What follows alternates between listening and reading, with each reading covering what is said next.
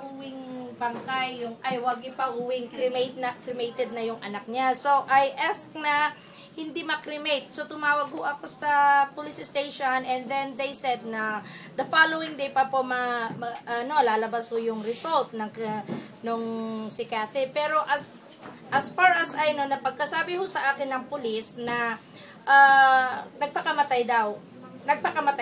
Yun lang ho. Wala na hong other updated kung ano yung nangyari. So, I made a follow-up call nga po sa embassy. Yun po yung nasabi ko sa inyo na I didn't get good results sa pakikipag-usap ko sa embassy dahil yun nga po, ang sabi sa akin nung is a man, hindi ko kilala yung pangalan, which na-identify later na Mr. Albaran daw po, na sinabi na kung ina-update ko po kung yung bangkay ni Kathy is susunugin ng asawa, ano po yung kwan ng Philippine Embassy. Ang sabi sa akin, kung sunugin siya ng asawa niya, di sunugin asawa niya yun eh. Yun ang sagot ko sa akin ng embassy.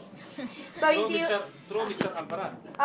Hindi ko siya na-identify na Mr. Albaran ho siya, but yun ho ang tumawag sa akin. And then sinabi yun na lang ho nila sa akin na Mr. Albaran daw ho. And then the following I'm calling Miss Bai kasi siya ho yung medyo naka-maskwan ko doon sa embassy. Wala po siya on that day. So, hindi na ho ako nakipag-coordinate sa ibang tao sa embassy. So, nakipag-coordinate ako through Joseph and then he contacted Pastor Jones.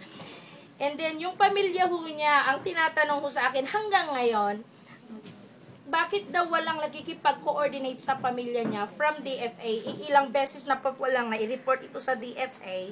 Bakit wala pa rin hong action doon sa na-report na ho na minamaltrato si Kathy since October? 5 times. 5 times.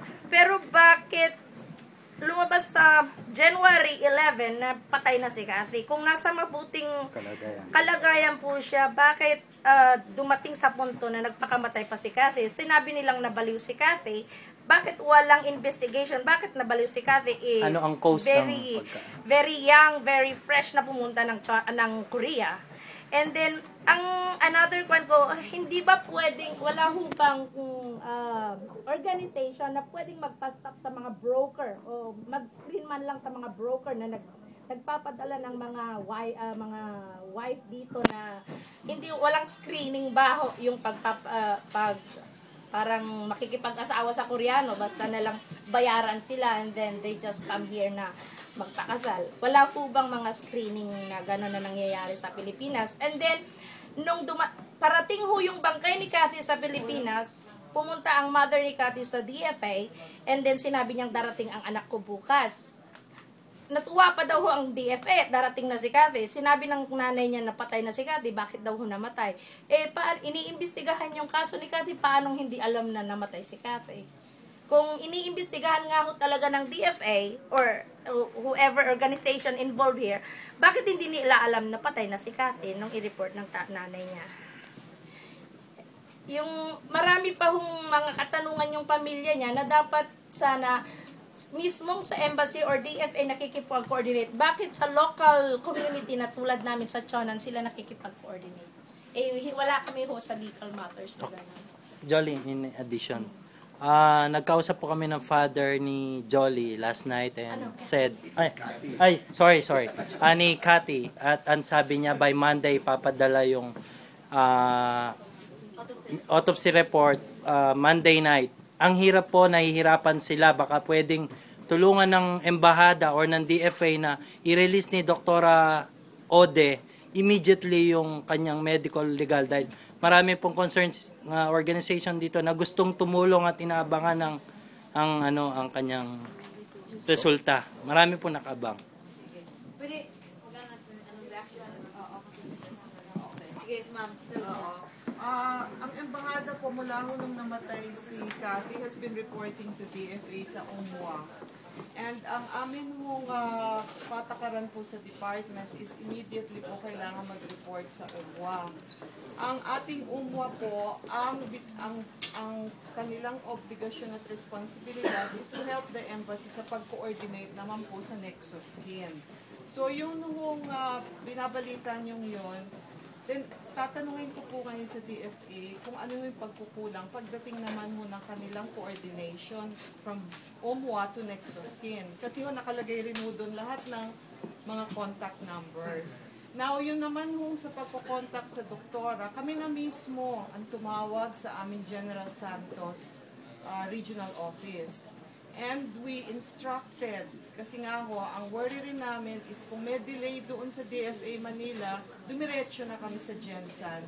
And nag-report back sa amin na nagpunta doon sa opisina ni Doktora Odi, but she wasn't there. So ang instruction ko ngayon is to please try to coordinate with Doktora Odi para makuha yung report at mapadaan sa General Santos City office namin, which is also part of DFA.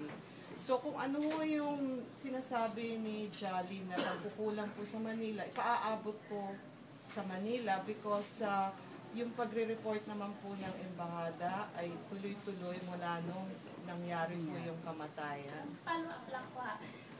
Gusto rin mo kasing malaman kung paano ho daw yung anak ni Kathy kasi nababalitang may parang yung tatay insane daw ho. Pinapatanong mo ng family ni Kathy kung meron ho pwede mo ba yung isali sa investigation niyo kung paano nila kung meron ho silang rights para makuha yung bata daw ho. Yung 5-month-old. 5-month-old baby girl.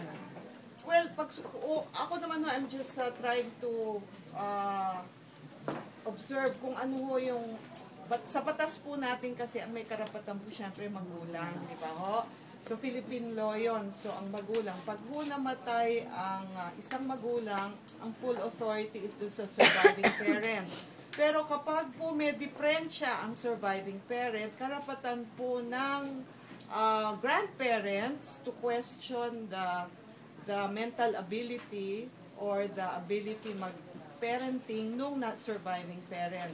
So if you apply that to Korean law, probably it would be the same. So I have to consult itong ating Ministry of Gender, Gender Equality and Family kasi sila po ang in charge sa mga multicultural spouses and family. So sige, isasama ko yun sa consultation. Sige. Related din kay Jolly. Kasi based doon sa report kanina ni Ma'am, mayroong 1,300 na nag-asawa ng Korea. This year lang, hindi mga 100 kada buwan. Yung sabihin mo, dumadami na yung nakakapag-asawa. Ngayon, parang wala tayong mechanics kung paano yung salain yung mga lalaki. Di ba? Yung process. Kasi mayroon naman tayong CFO na kung saan bago sana makasal itong mga Pilipina ay dumadaan doon sa screening yung parang gano'n. Kasi sa nakikita ko, parang kubeta tayo na sumasala ng problema na supposed to be doon pala sa Pilipinas, nakaayos na. Di ba? So ngayon, dito tayo, nag-uusap tayo dito, yung problema na binigay nung Pilipinas, tayo yung sumasala, parang gano'n. Di ba? Pwede bang natin na doon sa Pilipinas pa lang, bakit ba itinayo yung CFO? Parang ganon. Ano ba yung function niya? Parang ganon. Para at least, hindi man natin maalis ng lubusan yung mga kaso ng ganito, mabawasan natin. Parang ganon. Di po ba? Baka pwede nyo pong i-suggest yan doon sa Pilipinas. Tapos, doon sa ni Cathy, pinasasalamatan po namin yung sipag ninyo para makatulong. Pero ang medyo mayroong yung talagang tulong na magagawa, gusto kasi pumunta ng tatay dito. Parang ganun. So ngayon, willing naman kami na tumulong. Bawa itong grupong ito, willing tumulong kung ano yung may pwedeng itulong doon sa tatay.